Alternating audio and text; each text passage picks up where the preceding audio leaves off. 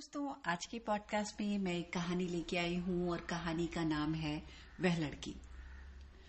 वो शर्माती हुई मेरे पास आई। दीदी, क्या आप मुझे थोड़ा सा पढ़ा सकती हैं? मैंने हंसकर कहा, क्यों नहीं, क्या पढ़ना चाहती हो? उसने अपने पीछे छुपाई हुई एक किताब मेरे सामने कर दी। मैंने देखा उसमें हिंदी भाषा की एक छोटी सी कहानी की किताब है। मैंने कहा, बैठ जाओ, मैं तुम्हें सुनाती हूँ कि ये क्या कहानी है।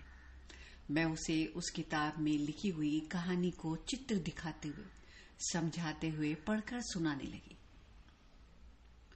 उसके चेहरे पर तरह तरह के भाव आ और जा रहे थे और वो मुझसे बहुत सारे सवाल कर रही थी।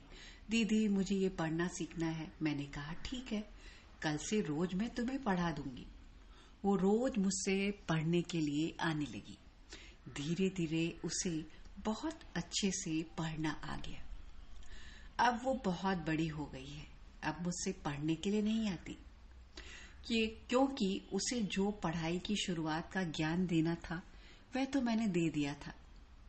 उसने अपनी ग्रेजुएशन पूरी कर ली। एक दिन वो मुस्कुराती हुई आई और मेरे पांव छुए। मेरे मुंह में एक गुलाब जामुन डालती हुई बोली, दीदी, आपको पता है, मैंने आपके जैसा ही अध्यापिका बनने का काम चुना है। मुझे एक टीचर की नौकरी मिल गई है, इसीलिए मेरी पहली कमाई की मिठाई आपके लिए। ये सब आपकी ही देन है। मैंने अपने मुंह में डाला हुआ उसका गुलाब जामुन खत्म करते हुए कहा, यह सब तुम्हें तुम्हारी मेहनत ने दिलवाया है।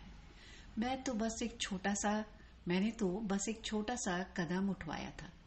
उस कदम को आगे बढ़ाकर तुमने पूरा किया है। वो मुस्कुराकर मेरे पांव के पास बैठकर बोली, दीदी, मुझ जैसे गरीब को कौन पढ़ाता है, वो भी मुफ्त में। कौन अपना समझता है? आपने अपना समझा। मैंने उसके सर पर प्यार से हाथ रखते हुए कहा, मैंने तुम पर कोई एहसान नहीं किया। मैंने वही किया जो मुझे उचित लगा और जो सही भी है। उसके पीछे उसकी माँ भी खड़ी थी। वो भी आकर मेरे पांव छूने लगी।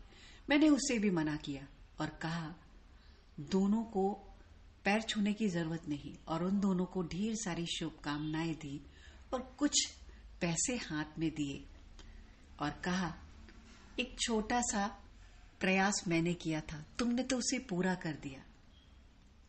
तो दोस्तों, आपको ये कहानी कैसी लगी? एक छोटा सा प्रयास इंसान को कहां से कहां पहुंचा देता है। वो लड़की आज आत्मनिर्भर बनकर अपने परिवार का गौरव बढ़ा रही है। मेरी आंखों में हल्की सी नमी आ गई और खुशी भी।